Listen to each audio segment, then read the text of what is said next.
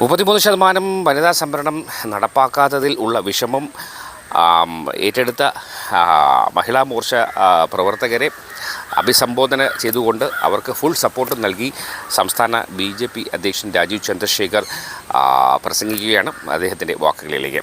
ഈ റാലി ഉദ്ഘാടനം ചെയ്യാൻ എനിക്ക് വളരെ അഭിമാനമുണ്ട്, സന്തോഷമുണ്ട്. കാരണം ഈ റാലിൻ്റെ ഒരു ലക്ഷ്യം വനിതാ സംവരണം ബില്ലിനെ അട്ടിമറിച്ച CPM കോൺഗ്രസ് കുറുവ സംഘം അവരെ എക്സ്പോസ് ചെയ്യാൻ ആണ് ഈ റാലിന്റെ ഏറ്റവും പ്രധാനപ്പെട്ട ഒരു ലക്ഷ്യം. നമ്മൾക്ക് എല്ലാവർക്കും അറിയാം, 30 കൊല്ലം ആയി ഈ ഒരു അനീതി മാറ്റാൻ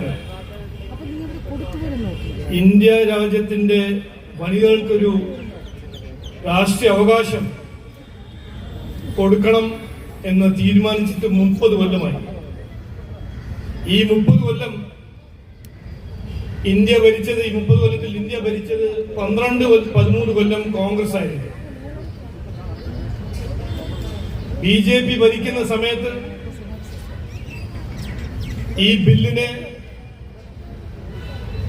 ഈ മഹിളാ സംവരണം, വനിതാ സംവരണത്തിന് വേണ്ടി അടൽ ബിഹാരി വാജ്പേയി ആദ്യം അദ്ദേഹത്തിന്റെ ഒരു മൈനോറിറ്റി സർക്കാർ അതിന് ശ്രമിച്ചു. അത് കഴിഞ്ഞിട്ട് നരേന്ദ്രമോദിജി വന്നു കഴിഞ്ഞിട്ട് ഇതിനെ 1 അല്ല 2 അല്ല എത്ര തവണ ചെയ്യാൻ അദ്ദേഹം ഈ ബില്ല് മുമ്പോട്ട് കൊണ്ടുവന്നു. ഇത് മാത്രമല്ല, ഇതിന്റെ ചരിത്രം നമ്മൾ എല്ലാവരും മനസ്സിലാക്കണം. കോൺഗ്രസ് ഭരിക്കുന്ന സമയത്ത് BJP ആണ് കോൺഗ്രസിനോട് പറഞ്ഞത്, ഈ ബില്ല് കൊണ്ടുവരൂ, ഞങ്ങൾ ഇതിനെ പാസ് ചെയ്യാൻ നിങ്ങൾക്ക് പിന്തുണ തരാൻ തയ്യാറാണെന്ന് BJP പറഞ്ഞതാണ് 2013. അതുകൊണ്ടാണ് രാജ്യസഭയിൽ ഈ ബില്ല് പാസ്സാക്കിയത്. BJP NDA പിന്തുണയോടെ പാസ്സാക്കി. പക്ഷേ കോൺഗ്രസ് അത് ലോക്സഭയിൽ കൊണ്ടുപോയില്ല, അത് പാസ്സാക്കാൻ ശ്രമിച്ചില്ല. അപ്പോൾ ഒരു കാര്യം ക്ലിയർ ആണ്, ഞങ്ങൾ ഈ ഇലക്ഷന്റെ സമയത്ത് ഒരു കാര്യം പറഞ്ഞല്ലോ, ഈ 2 പേരും CPM കോൺഗ്രസ് 2 അല്ല 1 ശബരിമല കൊള്ളയിൽ 1, പ്രീണ രാഷ്ട്രീയത്തിൽ 1. ഇനി ഏറ്റവും വലിയ ഉദാഹരണം വനിതാ സംവരണത്തിന് അട്ടിമറിക്കാനും 1. ഇതാണ് സത്യം.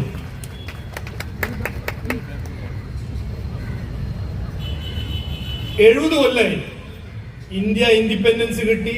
70 കൊല്ലാൻ പോകുന്നു, 80 കൊല്ലാൻ പോകുന്നു. ഈ 2 പാർട്ടിയും, കോൺഗ്രസും CPM, എത്രയോ കൊല്ലം ജനങ്ങൾ അവസരം കൊടുത്ത് ഭരിച്ചത് 2 പാർട്ടികളാണ്. പക്ഷേ ഈ കാര്യം, വനിതാ സംവരണം, അവര് ചെയ്യാൻ അവർക്ക് താല്പര്യം ഉണ്ടായിരുന്നില്ല, അവര് ചെയ്യാൻ ഒരു ശ്രമവും നടത്തിയില്ല എന്ന് ഇന്ന് കൃത്യമായ എല്ലാവരും മുമ്പിൽ ആ സത്യം തെളിവാകുന്നു. എന്തുകൊണ്ട്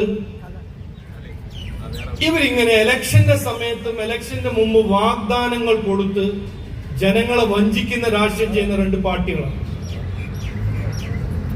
ഇലക്ഷന് മുമ്പ് ഇത് ചെയ്യും, അത് ചെയ്യും. അതിന്റെ മറ്റൊരു ഉദാഹരണം ഞാൻ പറയാം. ഗരീബി ഹട്ടാവോ എന്ന് പറഞ്ഞ് നടന്ന എത്രയോ കൊല്ലം ഭരിച്ച പാർട്ടിയാണ് കോൺഗ്രസ് പാർട്ടി. എന്നിട്ട് നരേന്ദ്രമോദിജി വന്നിട്ടാണ് പാവപ്പെട്ട ദാരിദ്ര്യത്തിൽ ജീവിക്കുന്ന എത്രയോ ഇന്ത്യക്കാർക്ക് പദ്ധതികളും സ്കീംസ് കൊണ്ടുവന്നത് നരേന്ദ്രമോദി സർക്കാർ. അപ്പൊ ഇവര് ഓരോന്ന് പറയും, ഇവരുടെ രാഷ്ട്രീയം അതാണ്. പറയും, വാഗ്ദാനം കൊടുക്കും, പക്ഷെ വാക്ക് പാലിക്കില്ല. കാരണം അവർക്ക് പ്രധാനപ്പെട്ട ഇഷ്യൂ എന്താണ്? അവരെ കുടുംബത്തിന്റെ വനിതകൾക്ക് പൊളിറ്റിക്കൽ പവർ വേണം. DMK ആണെങ്കിൽ DMKക്ക് വനിതാ സംവരണം വേണ്ട. DMKക്ക് വേണ്ടത് കണ്ണിമോഴിക്ക് ഒരു വലിയ സീറ്റ് കൊടുക്കണം. കോൺഗ്രസ് ആണെങ്കിൽ സോണിയാഗാന്ധിക്ക് രാഷ്ട്രീയ പവർ വേണം, പ്രിയങ്ക ഗാന്ധിക്ക് വേണം, മറ്റു വേറെ ആര് വനിത വന്നാലും പോയാലും അവർക്ക് അതിനെക്കുറിച്ച് ചിന്തിക്കാനോ ആലോചിക്കാനോ താല്പര്യമില്ല. ഇതാണ് അവരുടെ രാഷ്ട്രീയം. അപ്പോൾ നമ്മൾ മനസ്സിലാക്കേണ്ടത്, നീതി ഒരു MP ആണെങ്കിൽ, ഒരു രാഷ്ട്രീയ പാർട്ടി ആണെങ്കിൽ അവരുടെ ഒരു ഏറ്റവും പ്രധാനപ്പെട്ട ഉത്തരവാദിത്വം എന്ന് പറഞ്ഞാൽ നീതി നൽകാൻ. പാർലമെന്റിൽ ഇരിക്കുന്ന MP-മാരുടെ കടമയാണ് അവിടെ ഒരു ബില്ല് വന്ന് ഒരു അനീതിനെ അത് കറക്റ്റ് ചെയ്യാൻ ഒരു നല്ല ബില്ല് കൊണ്ടുവന്നാൽ അതിന് പിന്തുണ കൊടുത്ത് നീതി നൽകാനാണ് അവരുടെ ഒരു ഉത്തരവാദിത്വം. പക്ഷെ നമ്മൾ കണ്ടല്ലോ. അപ്പോൾ എന്തുകൊണ്ട് ഇപ്പൊ ഒരു പ്രചരണം നടക്കുന്നുണ്ട്, ഞങ്ങൾ 2023 നാരി വന്ദൻ യോജന നിയമം പാസ്സാക്കിയല്ലോ, ഞങ്ങൾ അത് സഹായിച്ചല്ലോ. അപ്പോ എന്തുകൊണ്ട് 2023 അവര് ആ ബില്ല് പാസ്സാക്കാൻ സഹായിച്ചു? അവർക്ക് മനസ്സിലായി 24 ഇലക്ഷൻ വരുന്നുണ്ട്, അതിനു മുമ്പ് ഈ ബില്ല് വന്ന് ഞങ്ങളത് തടഞ്ഞാൽ ഞങ്ങൾക്കൊരു പ്രോബ്ലം ഉണ്ടാവും. അപ്പൊ അത് സഹായിച്ചു. ആ ബില്ലില് കൃത്യമായി പറഞ്ഞ ഒരു കാര്യം ആണ് ഈ ഏപ്രിൽ 16, 17 കൊണ്ടുവന്ന ലെജിസ്ലേഷൻ. ആ ബില്ലിൽ എന്താ പറഞ്ഞത്?